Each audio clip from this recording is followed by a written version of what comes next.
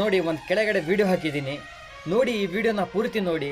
ಪಾಪ ನೋಡಿ, ಒಂದು ತಾಯಿ ಒಂದು ಚಿಕ್ಕ ಮಗುನ ಕರ್ಕೊಂಡು ಒಂದು ರೋಡ್ ಸೈಡಲ್ಲಿ ಏನು ಮಾಡಬೇಕು, ಹೇಗೆ ಮಾಡಬೇಕು, ಏನು ತಿನ್ನಬೇಕು ಅಂತ ಯೋಚನೆ ಮಾಡ್ತಾ ಇದ್ದಾರೆ, ಕೂತ್ಕೊಂಡಿದ್ದಾಳೆ ನೋಡಿ.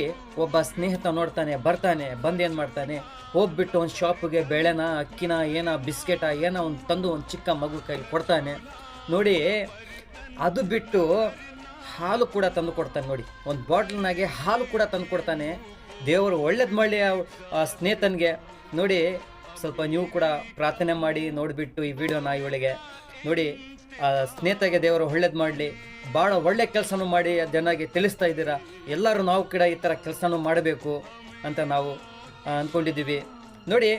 ಈ ವಿಡಿಯೋ ನಿಮಗೆ ಇಷ್ಟ ಆದರೆ ಬರೀ 3 ಜನಕ್ಕೆ ಈ ವಿಡಿಯೋನ ಮುಂದೆ ಶೇರ್ ಮಾಡಿ. ಕಮೆಂಟ್ ಬಾಕ್ಸಲ್ಲಿ ತಿಳಿಸಿ ನಿಮಗೆ ಏನು ಅನ್ನಿಸ್ತಾ ಇದೆ ನೋಡಿಬಿಟ್ಟು ವಿಡಿಯೋನ ಅಂತ ಹೇಳಿಬಿಟ್ಟು. ವಿಡಿಯೋ ಇಷ್ಟ ಆದರೆ ಫಾಲೋ ಮಾಡ್ಕೊಳ್ಳಿ. ಸಿಗ್ತೀನಿ, ಜೈ ಹಿಂದ್. ನೋಡಿ, ಆ ಮಗುಗೆ ಹಾಲು ಕೂಡ ತಂದು ಕೊಟ್ಟಿದ್ದಾರೆ ನೋಡಿ. ಸೆಲ್ಯೂಟ್ ಇಂಥವರಿಗೆ.